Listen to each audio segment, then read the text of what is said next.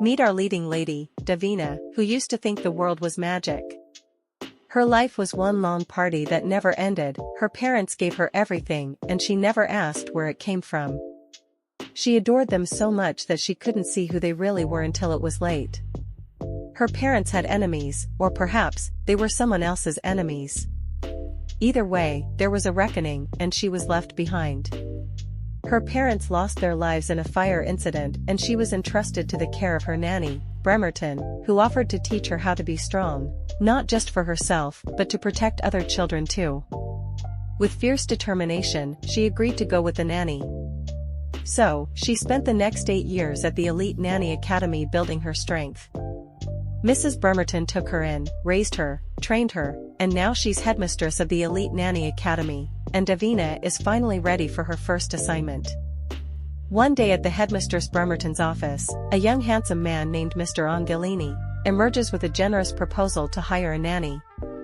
Due to his proposed salary offer, the headmistress offers to provide him with one of their top performers with over a decade of experience, but he interjects saying he requires exclusivity, specifically someone who has never worked with anyone else. So, she takes out a bunch of documents, mentioning that they are her most recent graduates all awaiting their first assignment. With a deep breath, she explains that each of her graduates has mastered the core pillars of the Elite Nanny program, which includes early childhood development and psychology, first aid, defensive combat, advanced driving, physical and cyber security, household management, financial planning, and politics. Amid her lengthy list, she halts and poses a question. Mr. Angelini, why are you seeking an elite nanny? This question takes him down memory lane as he remembers the hassle of catering for his son. His reply? The usual reason, his son's mother isn't in the picture and his company doesn't provide childcare. The headmistress ensures him that his son will be in good hands, seeing that they have excellent candidates for the job. Then, she asks him what he's looking for specifically in the employee, so he slides out a particular document which turns out to be Davina's, saying he wants her. The headmistress informs him that Davina's specialty is cybersecurity and inquires if he has a large home network to oversee, which he affirms negatively. Following this, she says she wouldn't recommend her for the job and proceeds to recommend other nannies, but the young man sticks to his choice. Later that day, as Davina makes her way to Mrs. Bremerton's office, she tries to motivate herself by saying that somewhere out there, a child needs protecting, and then she swings the door open, calling out Headmistress Bremerton. The headmistress informs her that she's been offered an assignment, and Davina, who's excited about it, asserts that she's been ready for such a day. However, the headmistress remarks that she wouldn't have chosen this offer for her and that she was hand-selected by the client. When Davina inquires who the client is, she's shocked to learn that it is Gabriel Angelini, a mafia, with the name ringing a bell too. The headmistress begs her not to take the job and also says that she is bound to convey the offer, but she still urges her to refuse. But in the actual sense, how can she possibly refuse her first assignment after all Mrs. Bremerton has done for her? She recalls her childhood incident and readily agrees to take the assignment.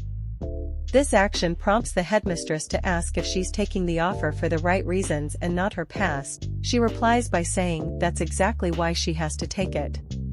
Besides, if Angelini has a child, then the child needs protection. Inwardly, she adds that if she learns the truth of what happened on the day she lost her parents, then it's all better. In another scene, Angelini asks Headmistress Bremerton if the person he chose has signed the contract, and she affirms while Davina strides with her luggage to the scene. The headmistress introduces her to her employer, but standing in front of him, she's lost in thoughts, forcing the young man to ask if she can speak. That's when she snaps out of her musing and introduces herself whilst stretching out her hand for a handshake. After the introduction, he tells her to join him in the car when she's ready, leaving her alone with the headmistress. In preparation for the job, Headmistress Bremerton asks her of her Elite Nanny Academy orders, and she begins listing them: protect and care for the charge, obey the primary client, and anticipate the family's needs. The headmistress therefore reminds her of the rest of them, after which she promises to make her proud. While they stand there, a guy named Adam comes to help Davina take in her suitcase, and as they walk to the car, he issues her a piece of advice to not let her employer scare her. On entering the car, she's shocked to realize that there are actually going to be two people with her. With the need to comport herself, she wears a smile and asks the little boy if he's Mr. Angelini's son, and he replies by introducing himself as Michelle, which his father corrects to Mikey. The little boy whispers to his father saying he doesn't trust his new nanny and that she smells like oranges, forcing Davina to sniff herself. She asks Mikey where they are headed while she takes out her laptop, and he explains that it's a big ugly mansion in a city of peasants. His father also shares that they just relocated from Venice to Lyon. Seeing her need to use the laptop, Angelini offers her the car Wi-Fi should she need it, but she immediately realizes that the Wi-Fi is unsecured. Just as they're about to move, Angelini mentions that they don't drive with the doors unlocked because it's not safe, but she defensively replies that if there's an accident, it's safer to have the doors unlocked. However, he still insists that if someone tries to snatch his son at a stoplight, then it's not safe. Davina stares pondering on how his smart car Wi-Fi is unsecured, yet he lectures her about safety. Subsequently, Mikey turns to her and asks what she's doing, but gets no reply, so he turns back to his father to tell him that the nanny is tricky. Clicking the buttons on the laptop, she turns to her employer and advises that if he's so concerned with locking things, he should put a password on his Wi-Fi. They finally arrive at the Angelini annex, and Adam instructs her to go with her employer while he gets her bag. As they walk in, she takes note of the surroundings, and it's beyond her expectations, because there is no visible security, not even cameras. On entering the house, he directs her to her room and tells his son that henceforth, he'll be with Davina and go to her for everything, and there will be no more ride-alongs. The little boy thinks his father is trying to ice him out because he thinks he can't handle the business. They argue for a while and Mikey runs out of the house screaming his hate for his father. Seeing all this, Davina tells Angelini that his son seems very attached to him and asks if his son knows what he does. Surprised, he asks her if she herself knows and she responds by saying she read the news, which simplifies things for Angelini. With a decision to be honest, he reveals that he's the underboss of the Angelini Mafia and he has more enemies than he can count. He also mentions that these enemies would do anything to get their hands on his only son, the heir to the Angelini name, and that's where she comes in. Following this explanation, he thinks they shouldn't have any problems, but she cuts in, inquiring about any other duties she will have. She begins enlisting her capabilities, but he doesn't deem it necessary as her only job is Mikey.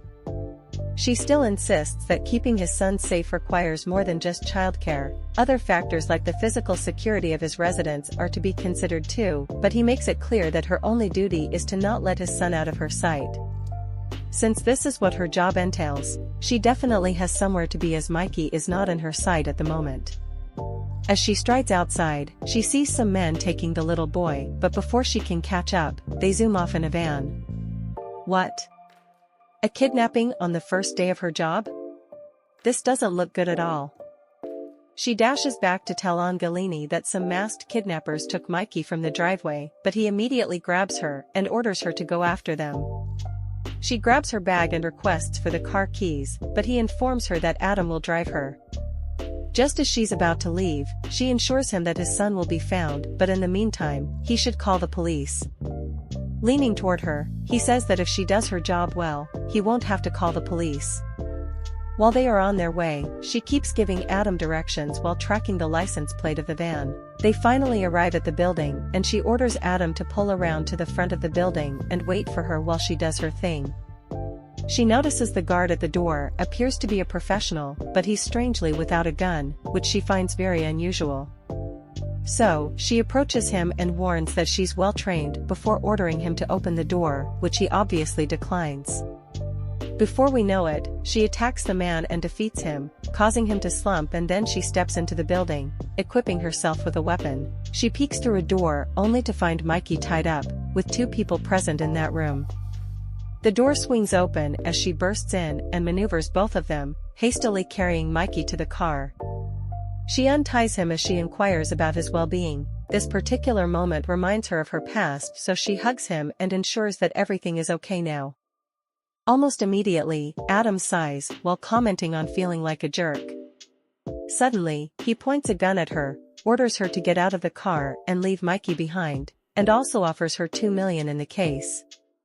Taken aback by this sudden change, she questions if he's with the kidnappers, and just then, he reveals that Gabriel Angelini hired those thugs to test her. Clicking the gun, he orders her again to take the money and leave, but she disagrees. Just as he's about to pull the trigger, she overpowers him, carries Mikey, jumps out of the car, and starts running back home. The little boy can't help but commend her bravery thus far. Upon her arrival, she notices that the car Adam used was already at home, and at that moment, Mikey quickly runs to his father standing outside. Angelini congratulates her for passing the test, and then it dawns upon her that all of Adam's role was also part of the test. Mikey tugs his father's shirt to tell him that he thinks Davina is good, fast, and scary, plus she even hugged him. Surrounded by several shocking events, she asks her employer if he got his son in on the plot, and he returns the question asking if she would prefer the little boy be taken unaware and traumatized. Angered, she says she'd prefer if he didn't question her abilities, but he clarifies the air by explaining that he doesn't doubt her training, but he just had to know that she couldn't be bought or scared off. Furthermore, he mentions that people will try to buy or scare her off. Besides, it has happened before, but she still insists that if she's going to care for his son, he has to trust her, but we all know a mafia can't trust anything or anyone. To explain his reason for his distrust, he tells her that if she pulls the police reports, it'll say that his wife has been missing for a year, but what they don't include is that she was actually assassinated. Seeing Mikey's reaction to this statement, Davina asks her employer if it's the best place to have such a conversation, so he instantly orders Mikey upstairs, but he declines. To distract the little boy, Davina inquires about the location of his room and he sprints to show her his room himself. As she runs after him, Angelini whispers a time and venue to continue his narration to her. Seeing how she goes along with Mikey, Adam can't help but express his likeness for this particular nanny, and then he advises his boss to try not to scare her off, but Angelini remains firm in his belief that if she can be scared off, she doesn't belong with them. Still on their way to the room, Mikey asserts his firm belief that Davina tricked him, but she responds saying she didn't and she only wants to see his room. Following his reaction after she mentions that she's going to judge him based on what she finds inside the room, she feels less worried. Before this time, she was a bit worried because the little boy handled the kidnapping rather too well, but it gladdens her to know that he can still act like a kid. As they approach the room, Mikey explains that the room is messy, and they've only been there for a few weeks. Also, some of the things currently in his room are from their old house, and they are all baby stuff. He appears rather shy and embarrassed about how untidy the room is. As they enter, Davina's nanny vision activates as she notices several things in the room. His chocolate milk habit that appears to be out of control. He has more suits than a pallbearer, his creative outlet for underlying issues, and then her inward recommendations for all these are, less sugar, play clothes, and dedicated art time. Mikey notices her looking around, so he quickly states that he hasn't finished unpacking yet because they aren't staying long, but she cuts in asking if it isn't long enough to pick up his milk boxes, and this makes him assert that the new housekeeper doesn't like him. "Who wouldn't like you?" she asks, as she rubs his head, but he instantly slaps her hand off of him saying that he doesn't need a new mama. Ah. The little boy must be hurting from his mom's demise. But she says to herself that no one will ever replace his mom and she's not here to try either, she's just here to care for him. Then, she tells him that she can be as close or far as he needs her to, but he interrupts her saying she should just do her job. Following her salute to his order, he instructs her to just go find his father instead, causing her to march out of his room. Such a weird lady, isn't she? As she walks out of his room, she remarks on how stubborn he is, and how much he's hurting also. She knocks at the venue given to her by Angelini, only to discover that he has changed his clothes, and doesn't seem too scary for an underboss. She reports that she left Mikey in his room and asks if it's okay that way, and he replies by telling her that she can leave his side for short periods, as long as he's in the house. Deciding to cut to the heart of the situation, Davina inquires if whoever murdered his wife is also a threat to his son, and he affirms. Then, she remarks that this assignment is outside the purview of her contract, and his application failed to mention active threats against his family. However, He thinks that it shouldn't be a problem because she's trained in defensive combat, but she counters by saying that she's a new graduate and he should have hired a senior operator. With a head bump, he mentions that he hired exactly who he meant to, but what does that mean, she asks. Silently wondering if he knows about her past and that she's here to find answers. Angelini insists that he won't settle for anyone else, so she should make her demands. Considering that she's realized the assignment is more dangerous than she signed on for, he asks if it'll take more money for her to stay. Davina, in her musings again mentions that she was going to make demands, but now it feels like she's playing into his hand, whereas Angelini keeps making generous offers. Thinking to herself, she says that none of his offers is of any use if she loses her life on this assignment or disappears conveniently afterward, but on second thought, why is he so determined to make her stay? She finally makes her demand, and guess what? She seeks complete access to his entire life, claiming that if she's going to protect his son, she needs to be the closest person to them both. With a smile, he asks her if she thinks he'll be impressed with her selfless work ethic, but she yells saying she wants to survive this assignment, which means having the tools to do it the right way. Then, he reveals that there are some things he can't give her access to, like business accounts and client data, but she interjects saying she has no interest in his business, and she won't look at anything she doesn't need to, which are obvious lies. Still not convinced, he probes further, asking what she really wants, and then she finally reveals that she has a more personal request, which is a guaranteed good review. She explains that she'll put her life on the line for his son, and if he's safe when her one-year contract is over, he'll give her full marks and he'll become an angel-level patron of the Elite Nanny Academy. Taken aback by her demands, he asks if she always dreams so small, but she stands firm in her request. With this, Angelini pledges that in 1 year, when it's time to leave Lion, he'll sign any recommendation she writes, but if, however, any harm were to befall his son, she'll wish she'd lost her life protecting him. This subtle threat causes a moment of reflection within Davina. She takes note of his gaze as he says those words, and he means every bit of it because his eyes say it all. He would slowly snatch life out of her, but the good thing is that an elite nanny never fails, or so she thinks. She steps out of the room and sees Adam carrying her bags. Though she offers to take them herself, he insists that she has already done enough heavy lifting for the day. He suggests she have a look around the house since it'll be her home for the next year unless something goes horribly wrong. As she tours the house, she notices how fancy it looks, and then she bumps into the guard she had beaten up earlier during Mikey's rescue. Still touring the mansion, she can't help but observe the 10-foot walls topped with wire, the glowering guards, and fussy fountains which are not exactly a young boy's playground. She strides into a room, supposedly hers, and just as she's about to charge her laptop, she discovers that it's not in her bag and then recalls she left it in the car. Just then, Angelini steps in inquiring if she's coming to dinner, but she asks for her laptop instead, and he promises to remind Adam when he gets back with the car. While they walk past Mikey's room to the dining together, she asks him if she should bring Mikey down, but he declines, saying that he's elected to eat in his room for the night. So, she tries lecturing Angelini about his son's challenges and feelings, but he cuts in angrily, saying he doesn't need her to explain his son's feelings to him, rather she should worry about his safety and nothing more. All the while, the little boy stands by the door eavesdropping on their conversation without their knowledge, but Davina's eyes catch sight of his shadow lurking behind the door. Now seated at the table faced with the awkward silence, Davina inwardly says that the Elite Nanny Academy never covered making small talk with her employer, and so, she initiates a conversation by asking Angelini about his reason for being in Lion. With a stern gaze, he replies saying it's for business. All through their conversation, she only bothers about him not being remorseful for putting his son at risk, which brings her to ask what goals he has for Mikey for the year. He hesitates for a moment and then says that he'll think about it. More so, as the Angelini heir, Mikey has certain expectations to live up to.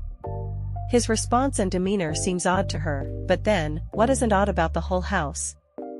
The ghost-like staff who she's seen around the house, but only met the driver, and now she's the only one eating with the boss. Perhaps, because it is her first night, hence the empty gesture of welcome. However, she decides to play along, so she inquires what Mikey normally does during the day.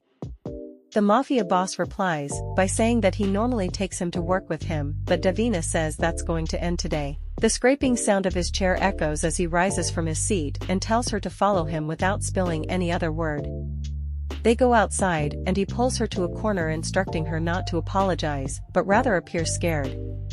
He leans toward her while grabbing her tightly, causing her to flinch, and then he reminds her that she asked whether he has goals for his son, but just as he's about to tell her the goal, one of his men approach him to inform him that there's trouble lurking in District 3. So, he quickly retreats from Davina and tells her that they'd continue their conversation later. This action makes her wonder what he was about to say and why he's afraid of anyone else hearing it. The next morning, Mikey, who's already awake, engages in a seemingly fake conversation with his teddy bear, or should I say a rehearsal for the Angelini lifestyle? Anyway, Davina comes into his room to inform him that breakfast is ready, but he insists on taking it in his room again. Then she reminds him that he had dinner in his room the night before and asks if he's afraid to eat human food in front of her. Perplexed, the little boy probes about the term human food, but she seizes the opportunity to jest and insinuate that he's a vampire, and that's why he avoids going outside and eats where no one else can see his fangs. Little Mikey tries to defend himself by saying that he isn't a vampire, only that he doesn't just want to eat with her, but she assures him that there's no need to worry, because she already ate, so the kitchen is his alone. Then she exits his room. Much later, as the nanny does the dishes, she recounts that this is Mikey's first breakfast downstairs since her arrival, which means a good job on her side. While she continues with the chore, an old lady walks into the kitchen questioning her identity and presence in the kitchen, and she replies informing her that she'll be in charge of breakfast and lunch for Mikey henceforth. She also promises to try not to be in her way. The old woman inquires about her well-being, and she assures her that everything is fine, even though she knows that she couldn't sleep a wink last night. When Davina asks the woman if she has seen her laptop by any chance, the woman replies by advising her to read some books instead. Amid their banter, Mr. Angelini steps out requesting his coffee. His eyes catch the gaze of the nanny staring at him, and he's forced to ask if there's a problem, but she declines and suggests checking on his son. She walks away wondering what he was going to tell her about his son last night and wishes she had her laptop. Immediately she steps into the room, she sees the laptop sitting on the desk. She quickly opens up because she has been dying to do some research about him. As she embarks on it, so many discoveries come to play. The Angelinis have been running the Venetian mafia for nearly a century, and the current Don is Gabriel Angelini's uncle, who took the reins after the passing of his older brother. The Don has no sons, which explains why his nephew is the underboss, and that leaves Mikey heir to everything. She decides to delve deeper into the research, but Mikey interrupts, seeking her help. She rushes to his room only to find him ransacking his luggage. He says that he and his father are going on an overnight trip and he can't find his favorite tie. She looks at him feeling sorry because she knows he won't be joining his father, and so she tries to convince him to stay back while his father goes on his trip. The little child insists that his father will need his help because he's meeting the Croatian syndicate and they control lots of the major smuggling routes in France, plus they hate the Angelinis. He reveals that people tend to underestimate his father when he's with him, which is part of their edge, so he holds her hands and begs her to back him up.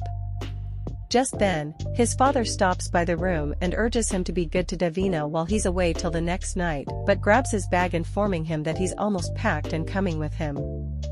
His father tells him that he'd be staying behind, where it's safe, but Mikey tries to convince him to tag along.